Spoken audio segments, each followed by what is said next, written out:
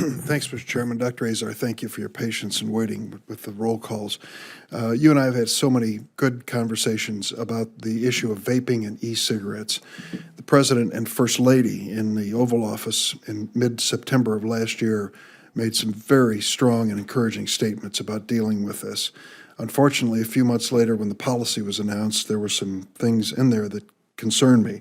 The President's promise to remove all flavored e-cigarette products from the market within a matter of weeks didn't happen. Instead, the President decided to exempt cheap disposable e-cigarettes like Mr. Fogg's bubblegum flavor, Puff, I can't even keep what the names of these things, Puff Bar's OMG flavor, and Stig's Mango Bomb flavor.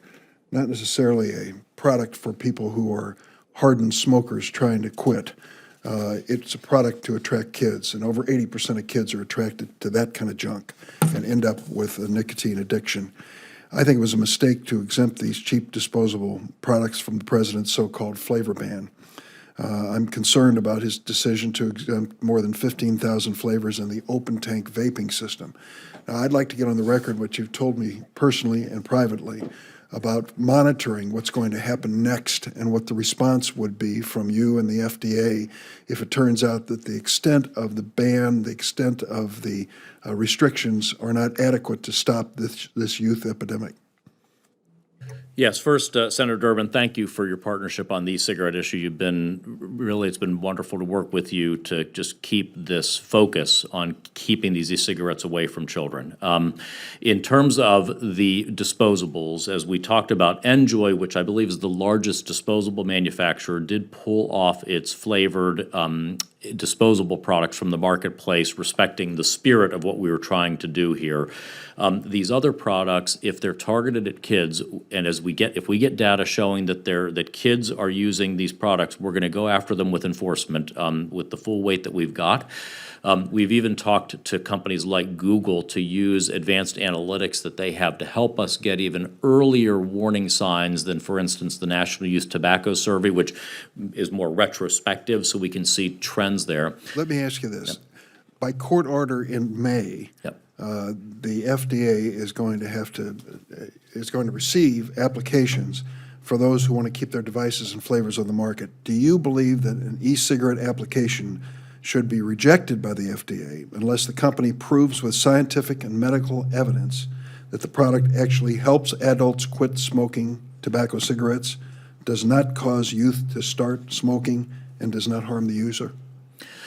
So on the first part of your question, which is smoking cessation, that would be imposing a drug approval criteria in there, because of course a smoking cessation device is an NDA, a new drug approval, that would be a different bar than what the Tobacco Control Act has. And I believe the standard is that it promotes public health. I believe it's something like that in terms of the standard for FDA. Not appropriate for the protection of public health is at least one reference. Right. But of course, yep.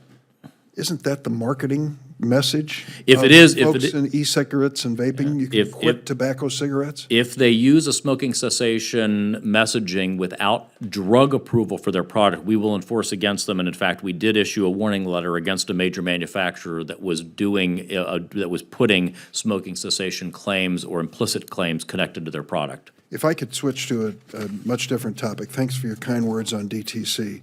I want to talk about the zero tolerance issue and the fact that I joined with Senator Murray and others dealing with what happened to the kids who were forcibly separated from their parents at the border.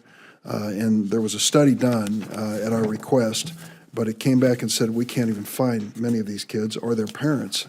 Can you tell me at this point how many children are currently still separated from their parents pursuant to that zero tolerance policy or the preceding policy which had the same impact?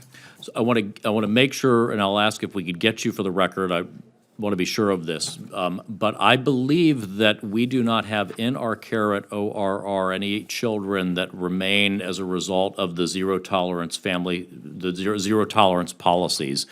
So I believe that to be the case. I thought we were down to 0 of them, but I want to we'll make sure and get you that that information for the record. And so, as you sit there, you believe that every parent whose child was taken into HHS custody has been reunited with their child? They've either been reunited, or they have not been parents, or they're unfit for reunification, or they have disclaimed their rights to reunification. I want to be careful because I know there was one instance where there was an individual, I think in Guatemala, that we were still having trouble finding the parent, but I believe that was resolved. That's why I want to be very careful to get back to you and on the record to make sure I've got every bit correct. My closing point, and I hope we look into this, I hope we're sensitive to this, the Remain in Mexico program, which is now involves thousands of people and children. There have been reports from human rights organizations about terrible abuse, including sexual abuse of children and adults who were on the Mexican side of the border waiting for some sort of resolution of their status here in the United States. Do you accept some responsibility to monitor that program in terms of its impact on these people?